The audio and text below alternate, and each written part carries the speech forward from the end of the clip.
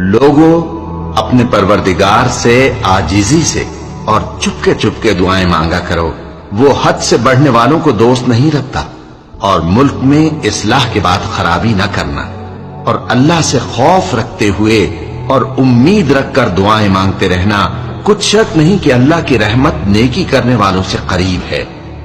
اور وہی تو ہے جو اپنی رحمت یعنی بارش سے پہلے ہواؤں کو خوشخبری بنا کر بھیجتا ہے، یہاں تک کہ جب وہ بھاری بھاری بادلوں کو اٹھا لاتی ہے تو ہم اس کو ایک مری ہوئی بستی کی طرف ہانک دیتے ہیں، پھر بادل سے بارش برساتے ہیں، پھر بارش سے ہر طرح کے پھل پیدا کرتے ہیں۔ اسی طرح ہم مردوں کو زمین سے زندہ کر کے باہر نکالیں گے۔ یہ آیات اس لیے بیان کی جاتی ہیں تاکہ تم نصیحت حاصل کرو۔ اور جو زمین پاکیزہ ہے اس میں سے سبزہ بھی پروردگار کے حکم سے نفیس ہی نکلتا ہے، اور جو خراب ہے اس میں سے جو کچھ نکلتا ہے ناقص ہوتا ہے۔